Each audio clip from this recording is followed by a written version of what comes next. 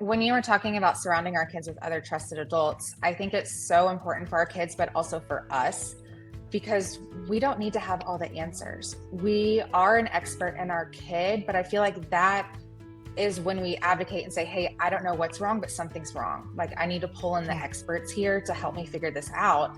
We're not expected as parents to be experts in every single field. I have a special thank you just for you, our podcast listener. Right now, you can get free access to our most popular course and masterclass, How to Prepare, Support, and Respond to Your Child During Shots, Blood Draws, and Vaccines. You can also get access to how to use comfort positioning in pediatrics. These courses usually sell together for over $250, but we're giving it away to you for free.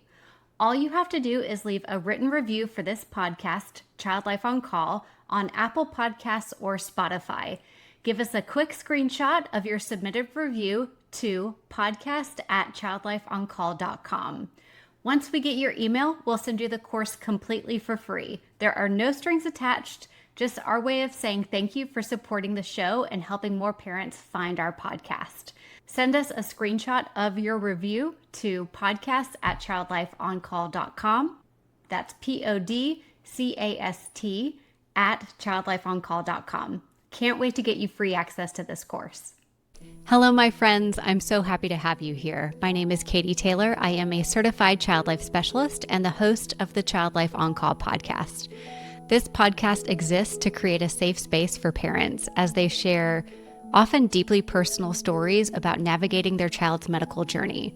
I'm so glad that you're joining us today. In this episode, we sit down with Camryn. She is an amazing mom whose daughter was diagnosed with PANDAS, pediatric autoimmune neuropsychiatric disorders associated with strep. Camryn shares very authentically and honestly what it was like to advocate very fiercely for her daughter in the midst of medical uncertainty, emotional overwhelm. Through Camryn's words, you'll hear what it means to fight for your child while slowly learning how to care for yourself too. She opens up about the early chaos, the need for control during flare-ups, and the healing she's found for herself in trauma therapy. Talking with Camryn reminds me that the path to diagnosis and recovery and treatment is rarely linear, but it can still be meaningful and transformative. If this topic of PANDAS resonates with you, I also encourage you to listen to episode 106, where Elizabeth shares her own journey of her son's PANDAS diagnosis. These stories are here to remind you that you're not alone. Let's dive into our conversation with Camryn. Camryn, I'm so glad to have you here. Why don't you introduce yourself, a little bit about you, who you are as a person and your family, and let us get to know you. Sure. Thank you so much for having me. This is so fun to get to talk to you on the podcast. I'm Camryn Mincey. I am a mom of three daughters, 8, 6, and 3. I am the co-founder of mombrain.com and wife to Scott, and we live here in Austin. My business really revolves around moms and validating moms and creating a space to connect. So this just feels very in alignment with a Child Life on Call. Yeah, absolutely. Well, walk us back, your girl mom, walk us back through being the mom of three daughters. I can imagine that is all of the feelings, all of the time, everything. Talk to us a little bit about when something started happening with one of your girls and what that was like for you, what you noticed. Yeah. So when my daughter was probably about 4.5, we noticed some anxiety creeping in. And to the point where it was very noticeable for me as the mom, and this I considered a personality change. She wasn't always an anxious kid. Like, we had to take all the parameters around the swimming pools because she would just run, jump in, even though she couldn't swim. She was pretty fearless. So this was a different dynamic for us. And I started investigating because I was like, this is not my daughter. I know something here is going on. I personally felt like it was abnormal for a 4.5-year-old to have anxiety that didn't have extenuating circumstances, at least that I knew about. And so I was like, let's start investigating this, try to get to the root of it. Maybe I don't know what's going on. And we can incorporate a therapist or a counselor to try to figure that out. So that's really when it first started. She was diagnosed with her condition when she was 6.5, but this I could see started more like 4.5, 5. Yeah, one of the things you just said there that I think is good to recognize is this like change from a personality change. So not just like a few things that would pop up every once in a while and would be able to resolve and get back to baseline. You were really noticing, it seems like, a big change in her personality. And you had an older daughter, correct? This Or was is my older daughter. she's your oldest daughter? Okay. Mhm. Okay. She's my oldest Um, daughter. Yeah. so talk to us a little bit about how you went to go seek help and what they said and how they supported you. Yeah. So I think, unfortunately, we're in a mental health crisis for our kids right now, but still, it didn't sit well with me at 4.5. I'm like, she's 4.5. She doesn't have social media. She doesn't know anything. Like something here is going on. So we went to a therapist and we saw her probably 6 or 7 times. And she essentially graduated her out of the program. And she's like, look, I don't see anything. I think she's fine. And I was like, okay, well, maybe we'll take a break. This doesn't still feel right with me, but if you're the professional. Yeah. So we took a little bit of a break. The anxiety that I was seeing as mom was not getting better. So we went back again about 6 months later. And I was like, hey, still going and we're still seeing this. By this time, she was in kindergarten and I talked to the school. The school wasn't seeing it either. I actually applied for a 504 for her because I could see the writing on the wall and it did not go through at first. So pretty much everyone around me was telling me she was fine. The Yeah. second time we took her to therapy, again, she graduated out and I was like, I know something here is going on. We took her for a second opinion to another therapist and same thing. So then I started doubting myself because I'm like, okay, all these professionals and experts are telling me she's fine. Yeah. I'm a first time mom. She's my oldest. Maybe she is fine. I don't feel like she is, but maybe this is just developmentally appropriate. And so I started second guessing myself during that time too. I thank you for number one, being so open and honest about going to seek help because what you're doing is whether or not that you agree or come to the same consensus as the professional that you're working with, you're like starting to create your circle of people that are around your daughter. You're starting to have other adults in her life that she can look to and feel supported. And I think that's so great. So whenever we work with kids and families in the hospital, we talk about like who are the trusted adults in your life. So it's like maybe mom, dad, principal, teacher, Sunday school teacher, therapist, and it's really such a strong foundation for kids. So I feel like as an outsider from the beginning, I've watched you really put people in her life that are there to help her through tough things. And what a good, safe feeling that is for kids. So I really, really commend you on that. It Thank must have been you. hard to have someone tell you, and when your gut is saying something different. And I also want to commend you because I know you also don't talk about a lot of the details of her anxiety to preserve her privacy, and that there's things that you have to keep close to the chest that you wouldn't, say publicly. And I also really appreciate that. When you were talking about surrounding our kids with other trusted adults, I think it's so important for our kids, but also for us because we don't need to have all the answers. We are an expert in our kid, but I feel like that is when we advocate and say, hey, I don't know what's wrong, but something's wrong. Like, I need to pull in the Yeah. experts here to help me figure this out. We're not expected as parents to be experts in every single field. That's impossible. Yeah. So, to your point, I did it for my daughter, but also for me, it was a little bit of a relief for me too, to be like, I need a second set of eyes on her. Totally. Totally agree. How did you end up getting a diagnosis then if you kind of had this other professional tell you that nothing's wrong and the school wasn't hearing you? What did you do from there? The last time that I took her to therapy was at the beginning of first grade. And again, she checked out. This is from the other therapist that I took her to. And then by Thanksgiving break, we knew that something was seriously wrong. She got a few viruses back to back, just normal childhood viruses, like an ear infection, a tummy bug, and strep. And then when she got back from Thanksgiving break, she was not the same child. And that's when everyone was like, okay, something is seriously wrong here.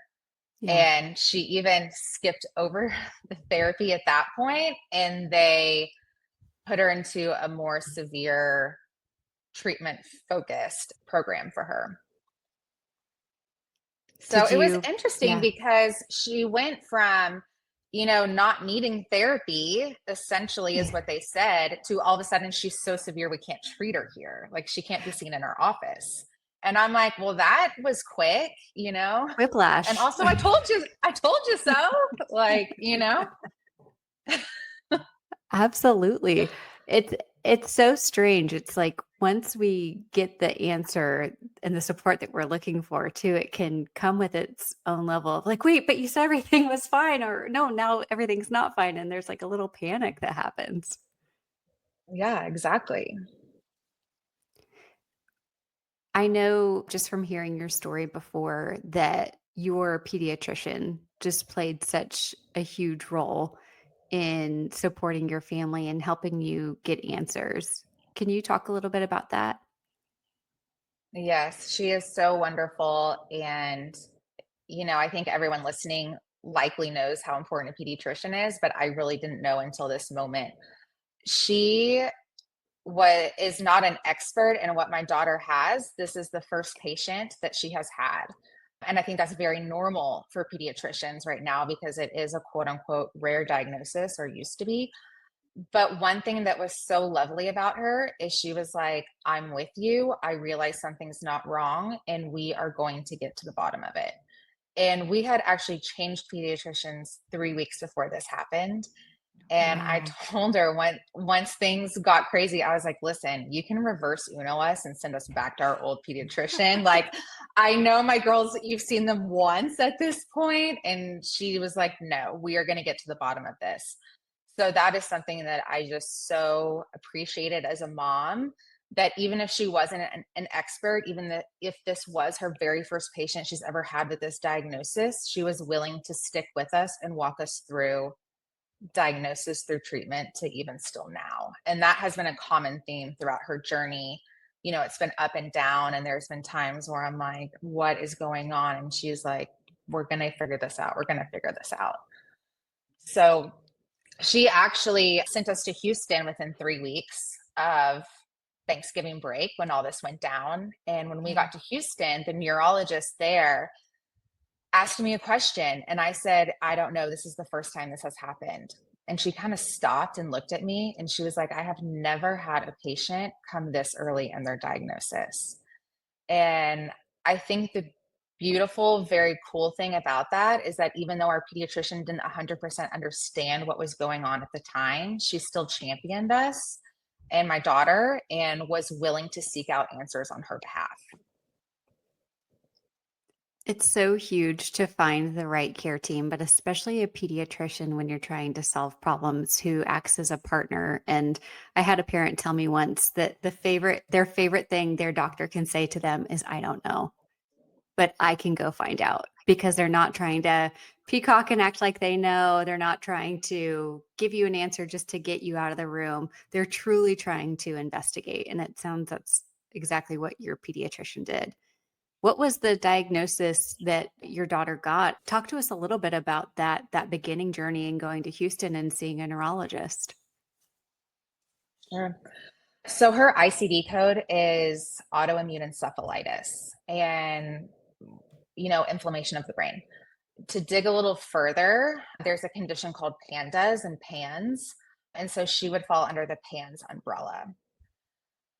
I had heard of this before. I never in a million years thought it would happen to our family or one of my kids. Yeah. She was an athletic, beautiful, kind, energetic child prior to this. And we just saw her change overnight. She went to not even be able to attend school normally pretty much overnight. So there was obviously a lot of stress in the beginning, but I also felt like I was racing against the clock. So Yeah. there wasn't a lot of time for me to just sit there and spiral. It was all hands on deck. How are we going to get my daughter better? How are we going to get her back into a healthy place? And I had no idea what was going on, but I knew that something needed to happen now. So it was an interesting emotions. I don't even think I had time to process at the time. I think I'm just now starting to process 18 Yeah. months later.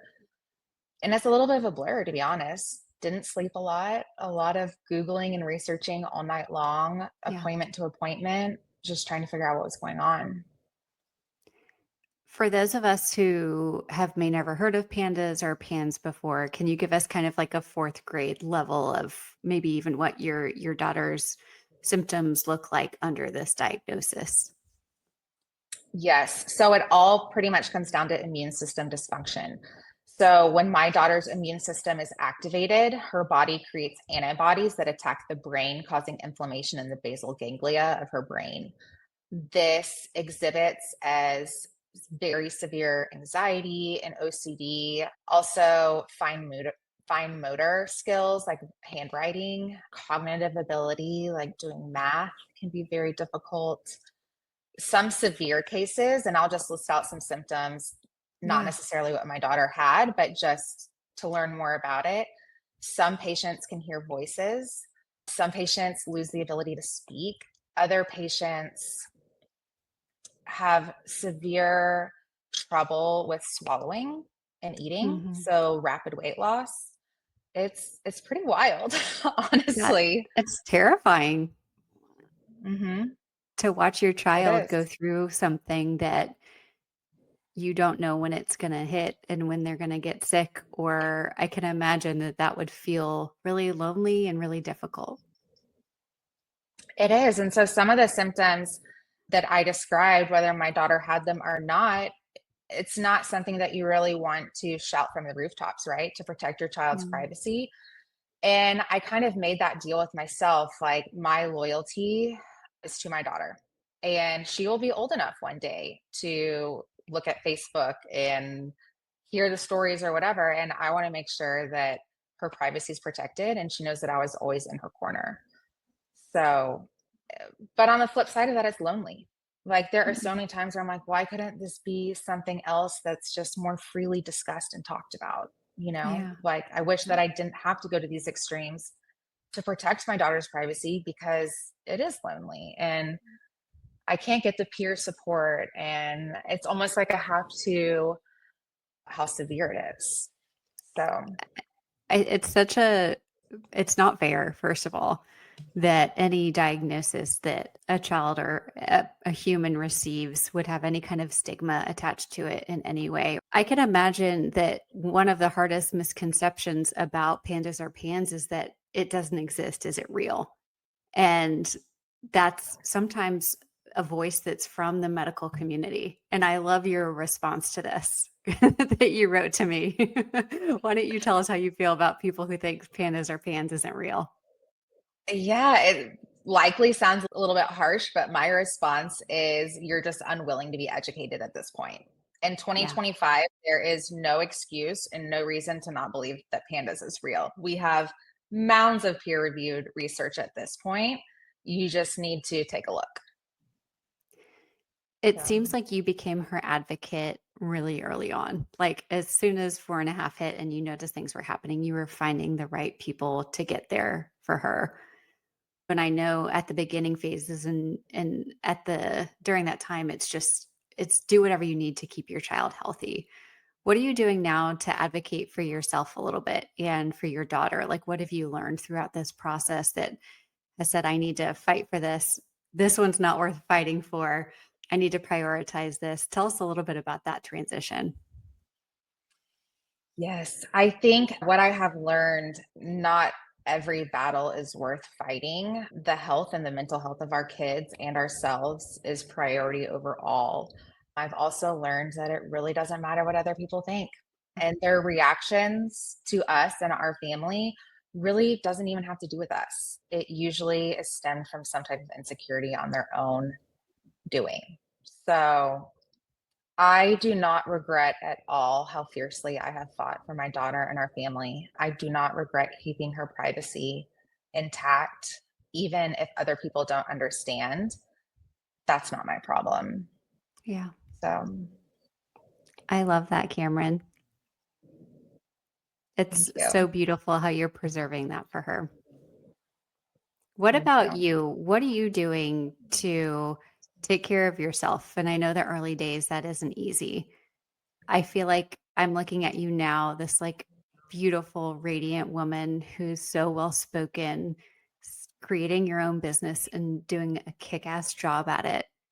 Does that help fuel you? And do you think because of how you filled yourself up when these flare ups come for her, how are you coping with that? So I'm very excited that I just started trauma therapy. It helps Good for so you. much. I'm going once a week and I protect that time above all else. So, and I told my therapist just last week, I was like, there's other areas in my life that we could probably discuss and I could work on, but I've earned this time to just Yeah. work on me and heal me. So, in the very beginning of her diagnosis, the first year probably, I didn't do anything for myself. My entire life revolved around getting my daughter healthy. I didn't sleep a lot. I wasn't working out at all. Definitely wasn't eating great food. I was just totally, I wouldn't consider it neglecting myself because I was on mission and Yeah. it was totally worth it. And that's something else that I've had to give myself grace for too, is we were in battle at that time. Nothing else mattered. Yeah. But now that she's doing better, she's in a groove, I'm coming up for air. It's how are we going to put the pieces back together for me? One thing that my therapist is really big on that I have learned is that for those of us that are living in fight and flight or have been living in fight or flight, is just bringing our nervous systems down. So I am working out. I was a collegiate athlete. I played volleyball at the University of North Carolina, and my husband played football. So working out is part of us, but I'm not doing anything too intense right now. I Yeah. am walking. If I go to a workout class, I give myself permission to stop at any time if it doesn't feel good. There's no Yeah. pushing through right now. Something else that my therapist has prescribed me is going on a silent hike in nature, leaving your Oh, phone at home. And when she first told me that, I was like, ooh, I'm kind of scared of snakes. And she was like, okay, well, you can bring your husband or you can bring a friend, but you can't talk. And that's one of the best ways to just regulate our nervous systems from living in a heightened state for so long. what does it do for you? What do you feel afterward? Calm. And it can feel a little uncomfortable at first because Yeah. I'm not used to living in a calm state. It's a little foreign to my body right now. But I think that that is even more reason to pursue this journey. And then I'm also working on, I have declared the summer as the summer of the mom. I'm trying to find ways to have fun any way I can. We were playing mahjong at swim team practice the other day Great. because I'm like, moms don't have enough fun. Like, we need to have more fun. I don't know if you can relate to this so much in achieve mode when you have a business. And sometimes you forget the whole point is because you enjoy what you do. And so, how can you bring back? And I don't know how to play Mahjong. So maybe I need to come to your house and learn how to do it. We'll teach you. But yes, just so much adding in some fun. And because you're sharing this right now, you're giving permission to other parents who are listening, who are in the dark places or maybe just coming out of it to allow that to happen. I love that. Mhm. I know, and it can maybe feel a little bit guilty. I remember my daughter has to get IV treatments, and the first IV treatment she got, it was really intense. It's over 4 days. They're 7 hours long each, but they're miracle workers for her. And it completely changed the trajectory of her healing. And I remember being so grateful for her progress and simultaneously feeling like, what do I do now? Like, she doesn't need me 24/7. Like, who am Yeah. I? What do I do? Am I allowed to do this? Like, am I allowed to go on a walk by myself? Like, is she gonna need me? I don't know. So that was something very odd that I was Yeah. not expecting either. And you have other kiddos too, and managing and caring for them and having to explain what's happening. And sometimes we do know that the child that has the illness or needs a treatment can tend to get more attention, more support, and that can affect the other kids too. How have you allowed yourself to support the other kids or given yourself grace in that area?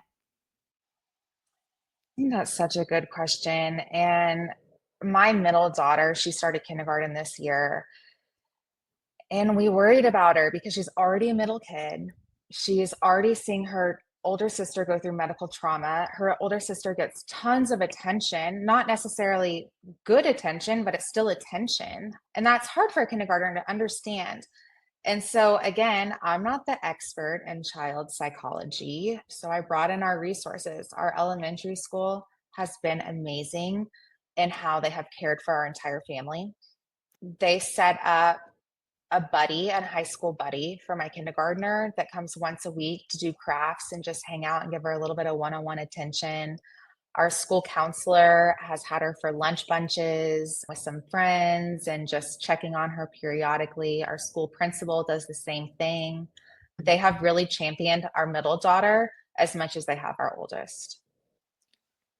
Oh my gosh, that makes you want to be so loyal to that school and those teachers and those Oh my people. gosh. They are so special. They are so special and they are so important. I just met with our principal last week and I said, before all of this, I was so grateful for teachers and educators, but I had no idea the impact that they could have on the whole child and the whole family. Mm. They are so special. Are there any particular resources, thinking back to those late night Googling when you were doing so much different research and trying to find out information about this diagnosis? Is there anything that really stuck out to you and really helped you kind of navigate? Was it another parent that's been through it before? Was it a particular website or organization? Anything that really sticks out to you? So ironically, I do know other parents whose children have pandas. I know about six in our area, Wow. which I know, which, they used to say it was 1 in 200. It was a rare diagnosis. And I'm like, I don't know. Like these past few years, something has happened to our kids' immune systems and they're not responding normally as they used to. Yeah. And now I hear about it a lot just because I'm a panda's mom. So I did know other parents. I think one tricky thing about pandas is there's so much PTSD. It's very common for parents to have PTSD that are parenting a panda's child, that you kind of have to be a little bit careful about how much advice you seek out versus just trusting your treatment team and relying on them. There's a Facebook group called Pandas Parents that is super helpful. It's a nationwide Facebook group. And then there's also an organization called Aspire, Aspire, and that is a more clinical help and with navigating, especially in the early days. That's like the perfect balance, I feel like. You've got the moms and the parents, and these are the ones who help you with like the day-to-day things that can help you get through from waking up to going to sleep at night and strategies and have you thought of this or I tried this. That's amazing. And then you've got the clinical team. And I think you've balanced that so well with getting support from all sides, but also trusting your gut first and foremost. Like that's going to be the final say. Exactly. Well, tell us a little bit about how your daughter's doing now. And I also want to hear some of your favorite parts of being her mom. Oh, I love this question. She's doing so much better. She is doing summer swim league right now, which she has not been able to participate in any extracurriculars. The first time that she jumped in the water, I was just weeping, like Oh, weeping, watching her do her freestyle down the that's pool, amazing. amazing. Because quite frankly, I didn't know if we would ever get here. And so I'm just so proud of her. We also told her early on, like, we will not stop fighting for you.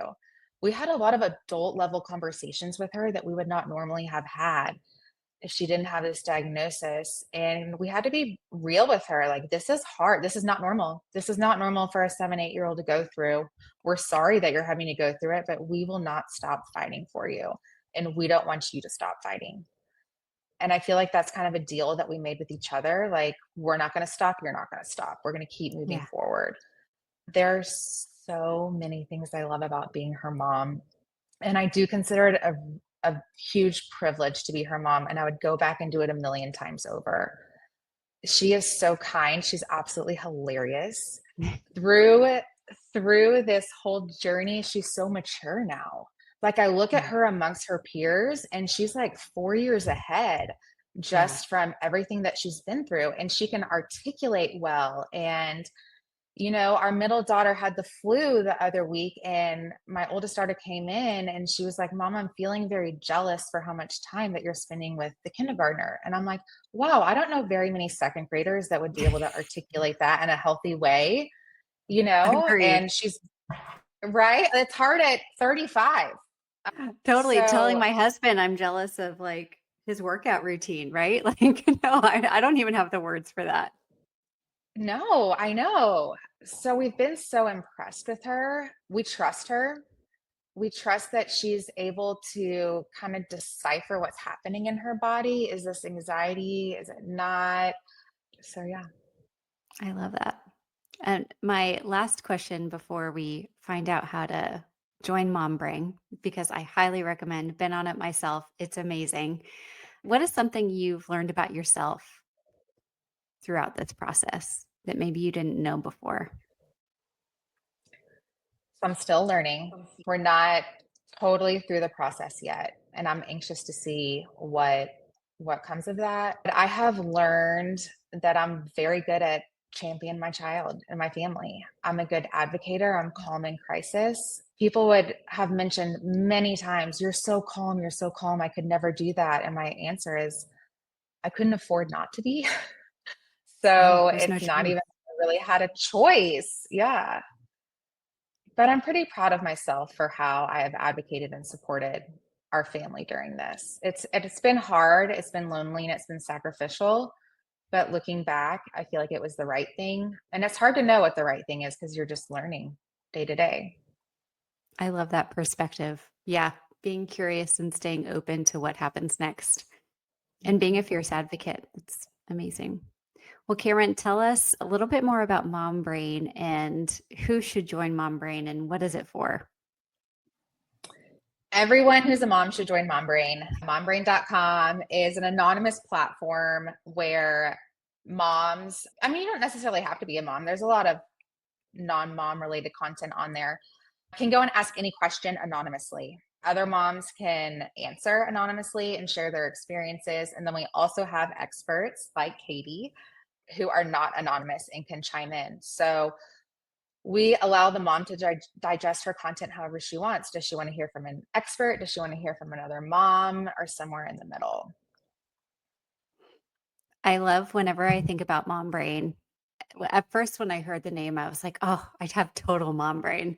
And in my head, it meant like, I have a million things in here questions, answers, like strategies, tips, all of these things. And then the more time I spent on the platform, I was like, oh no, this is like a collective mom brain. I was like, this is incredibly Mhm. empowering. It is like this whole genius thinking, living, breathing like platform that moms pour into each other and you get so much in return. So I think it's phenomenal and is so needed. Yes, mom brain is a superpower, and we are here to empower your motherhood journey. I So love it. we've been moderating and we have never had to step in one single time for someone being unkind. It's just a bunch of moms in it together. I love it. And is it free or how much does it cost? It is free. Just make an account, mombrain.com, anonymous, and get started. I love it. Well, Cameron, thank you so much for your vulnerability, for sharing your experience and being very honest that it's not always like you get the diagnosis and then things go really well. There's a lot of hard parts. And we could probably talk two or three more times about health insurance and getting things covered and all of the other things that you've been through. But I'm so grateful for your time today and thank you so much.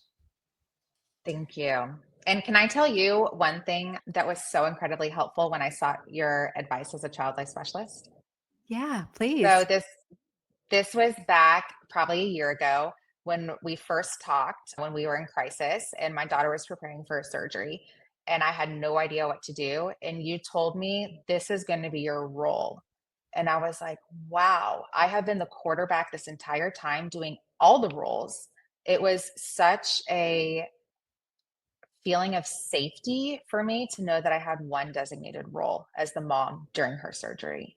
Oh, So thank you so much for that. It really changed things for me. And I still carry that on, throughout our whole journey.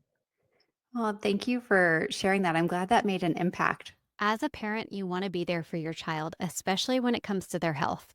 but healthcare can be overwhelming and confusing. The good news is child life specialists are experts who help families navigate these challenges. But often our support is only in hospitals. So imagine if you had access to these valuable tools and resources all the time. You would be able to understand medical procedures, explain them to your child, and help them feel less anxious, which also makes you probably feel less anxious. So when your child visits the doctor, has surgery, or has a medical procedure, having the right information and support can make all the difference. You, the parent, can be prepared to answer their questions, calm their fears, and advocate for their needs. Child Life Specialist tools are ready to be in your hands right now through our app SupportSpot. All you have to do is go to the iOS or Android store, type in SupportSpot. We are giving all of our listeners on this podcast access to the app for just $19.99 for an entire year. You are going to have, I'm not kidding, 7 years worth of resources and support and information that we have been building at Child Life on Call at your fingertips. With these tools in your pocket, you can transform the way your family experiences medical care. Parents, you deserve to be informed and feel confident in your child's healthcare journey. And by having access to SupportSpot, you can ensure that your child feels supported and understood no matter what medical challenges come your way. Head to the link in the show notes or go to your app store, type in SupportSpot to download it today. For those of you who are joining us today, I am not a doctor, I'm not a therapist, I am a child life specialist. And the suggestions and tips and resources that I talk about with parents on this podcast may be great for you and they may not be right for you. So the most important person you can talk to about getting support is your care team, your doctor who knows your story and your child's story. So regardless of maybe what I mention or what other families mention here, we're not licensed therapists, we're not doctors.